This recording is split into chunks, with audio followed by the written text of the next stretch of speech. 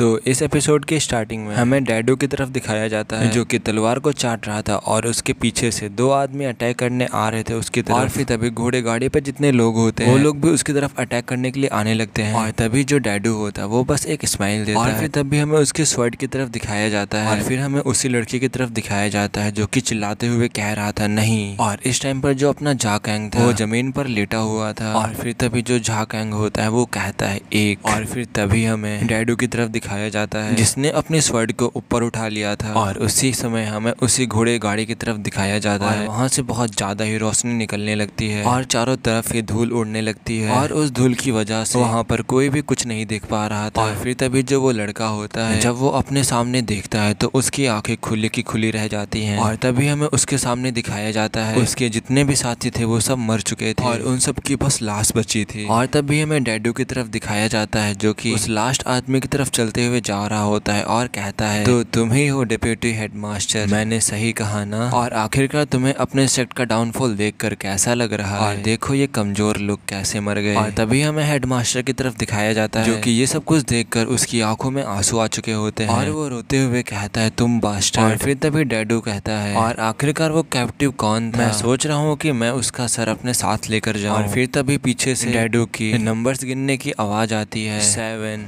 8 जो कि और कोई नहीं जाकैंग कह रहा था। और अब हमें जाकैंग की तरफ दिखाया जाता है जो कि खड़ा हो चुका था। फिर तभी डैडू उसकी तरफ देखते हुए कहता है क्या तुम अभी भी जिंदा हो? सही में तुम एक सख्त लड़के हो। और बट इस टाइम पर जो कैंग था वो उसकी एक भी बात को नहीं सुन रहा था, वो बस अपने नंबर्स को गिन रहा था। और जाकैंग कहता है 9। और फिर तभी जो डैडू होता है वो गुस्सा होते हुए कहता है आखिरकार तुम ये नंबर किस लिए गिन रहे हो? और तभी जो जाकैंग होता है वो कहता है 10 और अब तुम मरोगे। और डैडू कहता है आखिरकार तुम कैसी बातें कर रहे हो, क्या तुम पागल हो गए हो? और फिर तभी हमें डैडू के पैरों की तरफ दिखाया जाता है और तभी अचानक से उसके पैरों के पास खून आ जाता है। और इस टाइम पर जो हेडमास्टर था वो भी हैरान था ये सब कुछ देखकर। और फिर हमें डैडू की तरफ दिखाया जाता है जिसके मुंह से खून निकल रहा होता है और वो कहता है क्या ये पॉइजन है? और इतना कह के वो और ज्यादा खांसने लगता है और खून की उल्टियां करने लगता है। बट मुझे याद नहीं आ रहा ये तुमने कैसे किया और तुम लोग तो मुझे स्क्रैच भी नहीं कर पाए हो, तो आखिरकार ये सब कुछ कैसे हो रहा है? जाकैंग अपनी मुट्ठी को आगे करते हुए कहता है क्या तुमने इसे नहीं चाटा था? डैडू कहता है क्या पॉइजन इसके हाथों में था? और ये कह रहा है कि मैंने उसे खा लिया। नो वे, ऐसा हो ही नहीं सकता। और फिर वो याद करता है जब उसने जाकैंग के ऊपर अपने स्वर्ड से अटैक किया था और तब उस समय मैंने अपने स्वर्ड को चाटा था। और ये कहकर खांसते हुए वहीं पर लेट जाता है। और तभी जाकैंग कहता है मैंने नोटिस किया था कि तुमने अपनी जुबान से इस स्वर्ड को टेस्ट किया था और मैंने उस टाइम पर उस स्वर्ड में उस जहर को लगा दिया था। लड़के जो तुम्हारी टैक्टिक्स और ब्रेवरी है वो बहुत ज्यादा ही अच्छी है और अभी भी लेट नहीं हुआ है। और तुम इसके बारे में क्या सोचते हो? क्यों ना तुम भी जिडॉग सेक्ट को ज्वाइन कर लो और अगर तुम मुझे एंटीडोट दे देते हो इसका तो मैं तुम्हें रिकमेंड करूंगा खुद से। तभी जाकैंग कहता है हाँ वो तुम ही हो जो कमजोरों को तुच्छ समझता है, लेकिन अब तुम अपनी जान बचाने के लिए भीख मांग रहे हो, तुम छोटे से आदमी। और मैंने जिडॉग सेक्ट से अपना बदला लेने की कसम खाई है और मुझ पर तुम्हारी बातों का कोई भी असर नहीं होने वाला और जिसे भीख मांगना चाहिए वो मैं नहीं हूँ, वो तुम हो। और तभी जो हेडमास्टर होता है वो स्वर्ड को लेकर डैडू के पास आ जाता है और उसी स्वर्ड से जिडॉग के ऊपर अटैक कर देता है और लास्ट में बस जिडॉग की आवाज सुनाई देती है। और तभी हमें जाकैंग को दिखाया जाता है जो कि बेहोश हो जाता है और वहीं पे गिर जाता है। और यहीं पे सीन कट होता है, हमें एक घोड़े को दिखाया जाता है जिसपे जाकैंग और वो हेडमास्टर बैठा होता है। और जब जाकैंग अपनी आंखों को खोलता है तब हेडमास्टर कहता है क्या तुम ठीक हो? और उस हेडमास्टर ने जाकैंग के सभी चोटों को ठीक कर दिया था, मतलब उसमें पट्टी बांध दिया था। और इस टाइम पर जाकैंग को प्रॉपर रेस्ट की जरूरत थी। और तभी हेडमास्टर कहता है थैंक्स, मैं तुम्हारी वजह से मेडिसिन किंग के दुश्मन को खत्म कर पाया हूँ। और फिर तभी जाकैंग कहता है नहीं, वो सभी लोग मेरी वजह से मरे हैं, अगर मैं उस घोड़े गाड़ी में नहीं आता तो अभी सभी लोग जिंदा होते। हेडमास्टर कहता है नहीं ऐसा बिल्कुल भी नहीं है, हम सब ने खुद ही कहा था कि हम लोग ऐसे किसी पिटी लाइफ नहीं जीना चाहते हैं और उस तरह की जिंदगी जीने से अच्छा था कि मर ही जाए हम लोग। और तभी जाकैंग बहुत ज्यादा गुस्सा होते हुए और अपने दांतों को पीसते हुए कहता है भले ही डैडू मर चुका हो बट जो जिडॉग सेक्ट है वो अभी भी है और मुझे अपना रियल रिवेंज उनसे लेना है। और मुझे उनसे रिवेंज लेने के लिए मुझे और भी ज्यादा पावरफुल और भी ज्यादा स्ट्रांग बनना पड़ेगा। और तभी जो हेडमास्टर होता है वो कहता है तुमने सही कहा, तुम इसे कर सकते हो और मैं तुम्हारे ऊपर अपना रिवेंज भी सौंपता हूं। तभी जाकैंग उसकी तरफ पीछे देखने लगता है और कहता है मास्टर तुम ये क्या कह रहे हो? तभी हेडमास्टर कहता है वो जरूर ही हमारा पीछा करेंगे तो तुम बिल्कुल भी मत रुकना। और ये कहकर वो उस घोड़े से कूद जाता है और कहता है जाकैंग तुम भाग जाओ यहाँ से। और ये देखकर जो जाकैंग था उसकी आंखों में भी आंसू आ चुके थे। तभी उस हेडमास्टर की आंखें बंद हो जाती हैं। इस टाइम पर जो झाकेंग था वो बहुत ज्यादा ही रो रहा था और कहता है मैं ये सब कुछ कभी भी नहीं भूलूंगा। मैं कसम खाता हूँ हेवन और अर्थ के गॉड की, मैं ये सब कुछ कभी भी नहीं भूलूंगा और मैं तब तक हार नहीं मानूंगा जब तक उनके सेक्ट का एक भी आदमी जिंदा रहता है और जब तक कि उनके सेक्ट का हर एक आदमी मर नहीं जाता तब तक कि मैं हार नहीं मानने वाला और उन सबको मार डालूंगा। और तभी यहीं पे सीन कट होता है और कोई कहता है इस रास्ते, और फिर हमें बहुत सारे लोगों को दिखाया जाता है जो कि कुछ देखकर कहते हैं ये नहीं हो सकता, ये इम्पॉसिबल है। आखिरकार यहाँ पर क्या हुआ है? और ये सभी लोग उन सभी मरे हुए लोगों को देखकर बोल रहे थे। और फिर यहीं पे सीन कट हो जाता है और हमें एक बूढ़े आदमी को दिखाया जाता है। तुम सभी इडियट्स, आखिरकार तुम लोग उस हॉस्टेज को कैसे खो सकते हो? और क्या तुमने ये नहीं कहा था जो उनका बॉस है वो वहीं पर है? तो आखिरकार ये सब कुछ कैसे हो सकता है? और तभी जो वो आदमी होता है वो अपना सर नीचे करते हुए कहता है जो बॉस था वो मर चुका है। और जब वो ये सुनता है तो वो कहता है क्या हम लोगों ने उनको पकड़ने में बहुत ज्यादा मेहनत की थी और क्या ये सब कुछ ऐसे ही खत्म हो जाएगा? और चाहे कुछ भी हो जाए उस बदमाश को किसी भी तरह ढूंढ के निकालो, चाहे वो कहीं भी छुपा हो, और इसके बारे में स्टीम लॉर्ड को पता नहीं चलना चाहिए, चाहे कुछ भी हो जाए। और तभी जो लॉर्ड होता है वो वहीं पे आ जाता है और कहता है कमांडर ये बिल्कुल भी सही नहीं है। और तभी वो बूढ़ा आदमी कहता है स्टीम्ड लॉर्ड आखिरकार आप यहाँ पे क्या कर रहे हैं उस बैंकेट को छोड़कर? और तभी जुन कहता है ये सब कुछ मेरे पसंद का नहीं है और कल सुबह होते ही मैं यहाँ से निकल जाऊंगा। फिर तभी बूढ़ा आदमी कहता है स्टीम्ड लॉर्ड ये सब कुछ ठीक हो जाएगा, बस आप मुझे थोड़ा सा टाइम दीजिए। फिर तभी जुन कहता है फेडरेशन के जितने भी फैक्शन होते हैं वो सभी लोग रिप्रेजेंट करते हैं एक बड़े बोल्डर को, मतलब एक बड़े से पत्थर पर, और उस पत्थर का क्या ही काम है जो हल्के से ही दबाव से ही टूट जाता हो, और जब इस तरह की चीज एक बार नहीं बार बार हो। और फिर तभी वो बूढ़ा आदमी चिल्लाते हुए कहता है हम लोग इस बार उसे किसी भी कॉस्ट में पकड़ लेंगे, बस हम लोगों को एक और चांस दीजिए अपने आप को प्रूव करने के लिए। और तभी जुन कहता है अगर ऐसा ही है तो फिर मैं तुम्हें एक फाइनल चांस देता हूँ और ये तुम्हारा फाइनल टेस्ट होगा,